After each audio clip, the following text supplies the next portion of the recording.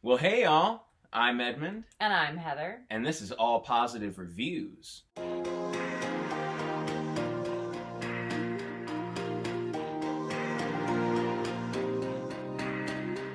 So last time on All Positive Reviews, we went to the Vietnam War, and it was sad and depressing. It really was. So now we're going to World War II, Oh.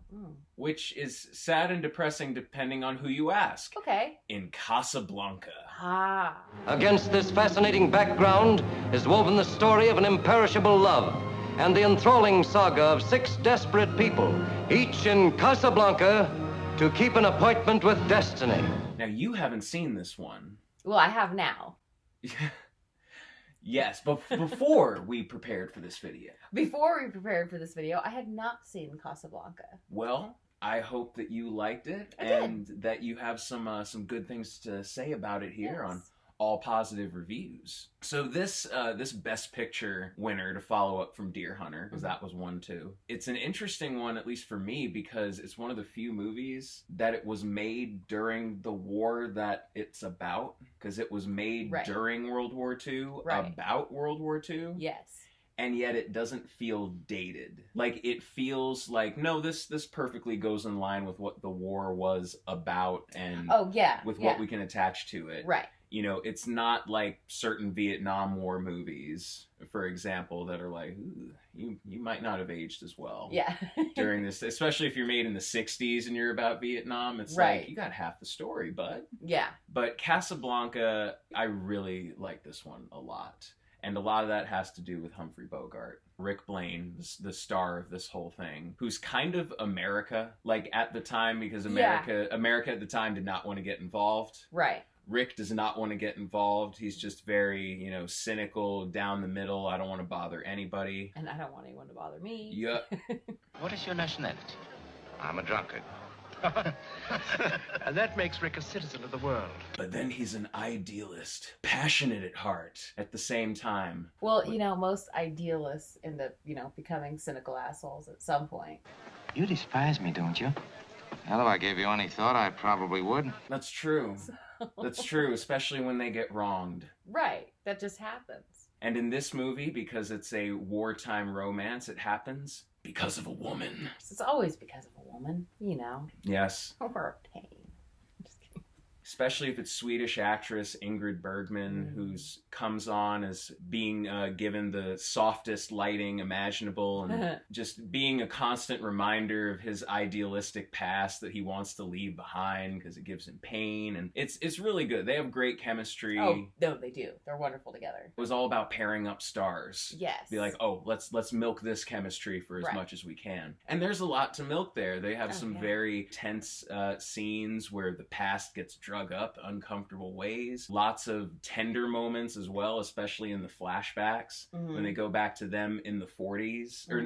It's in the 40s. I mean, in 1940 in France before it fell. And it's a good story at the center of this. Yes. But besides the two of them, you have this whole other wide supporting cast of characters. I really like the Captain Reynaud, played by Claude Rains. Yes. The OG Invisible Man. Oh, yeah. From the 30s. Oh, yeah. I love him because he is the actual cynic. Yes. And plays that to great comedic effect. How can you close me up? On what ground? I'm shocked to find that gambling is going on in here. You're winning, sir. Oh, thank you very much. Like, it's a very quotable movie. Oh my gosh, yes. I mean, even without seeing the movie, I knew a lot of quotes because you just hear them all the time. Right. It's just one of those that's kind of ingrained. Right. Especially after so many reruns. So many movies live that way. But he does so to such great comic effect, and him playing off of Humphrey Bogart, that's my favorite relationship in the movie. Because they really do get each other, and like one of the many famous quotes in here says, it is a beautiful friendship. But you were never interested in any woman. Oh, she isn't just any woman. I see. How do I know you'll keep your end of the bargain? I'll make the arrangements right now with Laszlo in the visitor's pen.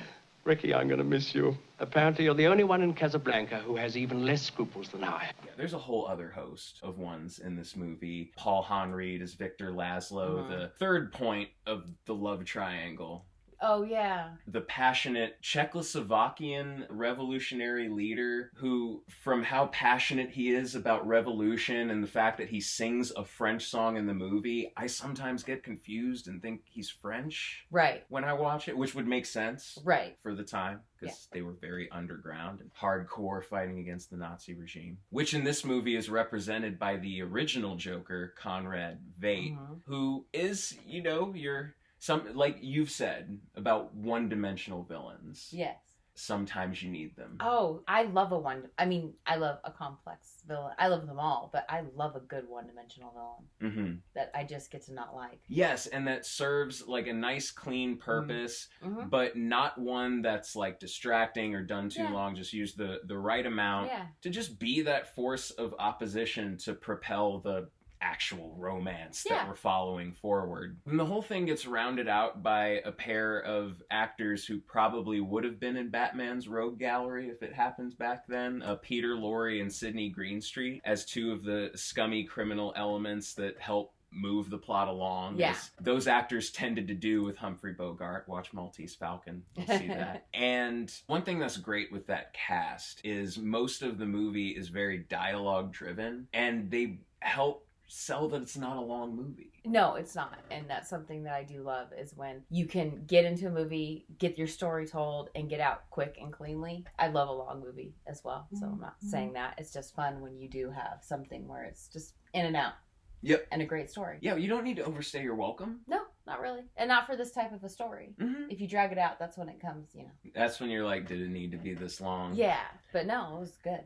Yeah, I appreciate economic storytelling. Right. Especially, like, I have so much respect for if you get a lot done in a shorter period of time. Right. Why I love half-hour television when it's done amazingly well. But Casablanca is one of those things. It's a nice, crisp piece of entertainment that one thing I like is it's regarded as this, you know, very popular and iconic piece of art, and yet it does not feel like that. It is unpretentious. It's just... You know, it's the kind of entertaining blockbuster of its day. Yeah. You know, you would go to see this big sweeping romance, you know, in a country that you wouldn't normally get to go to. Right. That's what it would be. You know, now it's the Avengers, but Humphrey Bogart works well for that too. And it's it flows. Yes. Oh, yeah, definitely. I think part of that is a lot of great craftsmanship.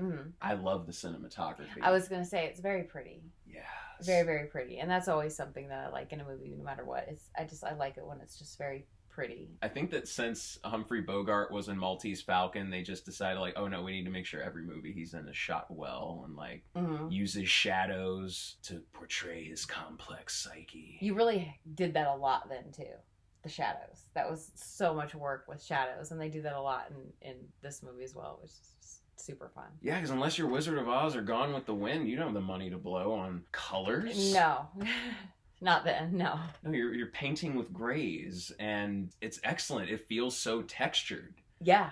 You know, and that's a lot of those movies from that time, the best ones do feel that way, where despite the fact you're just looking at black, white, and grays, it really pops and feels like you are in his club or trapped in Morocco with all of those poor refugees. Right. Because that's the other thing with this movie. Great romance. Yeah. It's very funny a lot of the time, but there's low-key tension just like in the background. Right. You know, it's the 40s. It's a relatively pleasant movie experience. They're not going to do too much, but, you know, you do have all these nervous people waiting like, am I going to die here? Yeah. Before I get out? Because it's a pit stop. Right. That place in the movie. If you've never seen it, it's a pit stop for refugees trying to escape to what was then neutral America. Right. If you watch Captain America, we stopped being neutral very quickly. Yeah. And you feel that pull. So it adds tension to is this relationship going to work out? Is he going to go for love, or is he going to give it up for the greater good of the revolution? And the problems of the world are not in my department. I'm a saloon keeper. You ran guns to Ethiopia. You fought against the fascists in Spain. What of it?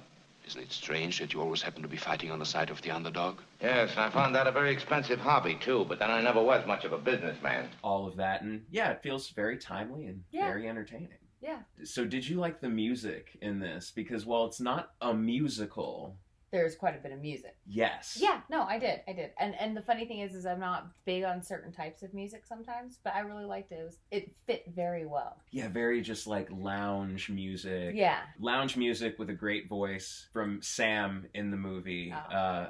I forget his first name. Dooley is his last name. But as time goes by, it's just as iconic as you've heard. It was fun to see it in the movie. Because, Yes. I mean, I've heard the song. I mean, I haven't lived under a rock, so I've seen this, I've heard the song, I've seen the part and stuff like that, but because I'd never seen the movie, it was fun to put that inside the movie. Absolutely. Yeah. I love seeing when those songs are highly regarded for their use in a movie. I like seeing what the song means. Well, and it makes it so much better when it actually is worth it. You know, you'll see some where you'll hear the song or whatever, and you're like, oh, all right. Other times you hear the song and you're like, well, okay, I totally get everything about it and why it was such a big deal. Yeah. I do like movies that end like this. Oh, yeah? Yeah, because they don't go together. That's true. And that's true. my favorite. It's not my favorite. When you're watching a romantic comedy, there's a formula. And if I don't watch many romantic comedies. But if I do, I kind of expect the formula, or I expect you to, have it not work out in a way that makes sense. Like that one movie that I like that does that, Going the Distance. Yes, Something with like Justin that. Long. Yeah, whatever. It's Yes. one of those ones. I'm really bad with names. But I like it when people don't wind up together in movies, and it's okay. Yeah, And, yeah. it's like, oh, well, you know what? That's life. Yeah, sometimes you are with someone for a certain period of time, and that's it. Right. And that's all you needed, or all that was allowed, or whatever happens, and it sucks. I hate that thing, that wonderful saying, But a thing isn't beautiful because it lasts. well, that sucks. But at the same time, I like it when movies do it well. And so I really liked how they ended it. Yeah, it fits very well for his arc, because Right. he goes from being, passionate idealist to hurt and broken cynic, and then he finds kind of the balance between the two. Right. Because he gets his heart back, but he's also like, but I can't do this. Right. Which is fine. That's actually a very smart decision.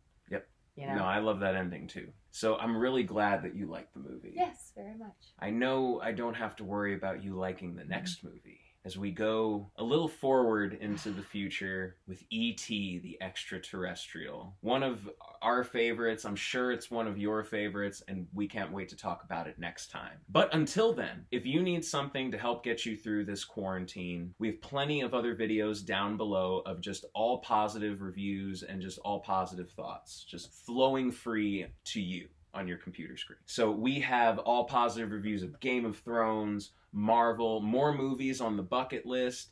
Go back and watch Dark Knight, and then check out our Dark Knight trilogy one. Or hear us talk about City of God, or the bright French movie Amélie. All kinds of just fun and positive thoughts here. And anything that you want us to do an all positive review for, we will. Books, music, video games, current events, all kind of things that are going on, all kinds of things we will talk about. But until then, thank you so much for tuning in with us tonight.